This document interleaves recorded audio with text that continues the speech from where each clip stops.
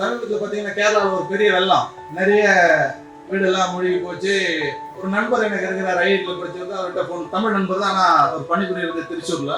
அவருக்கு இழப்பு மட்டும் கிட்டத்தட்ட பார்த்தீங்கன்னா ஒரு 50 லட்சம் அவருக்கு பர்சனலாக அந்த வெள்ளத்தால் அவருக்கு இழப்பு. 2-3 பெரிய காரு, ஃபர்ஸ்ட் ஃப்ளோரில் வந்து சில் லெவல் வரையும் தண்ணி.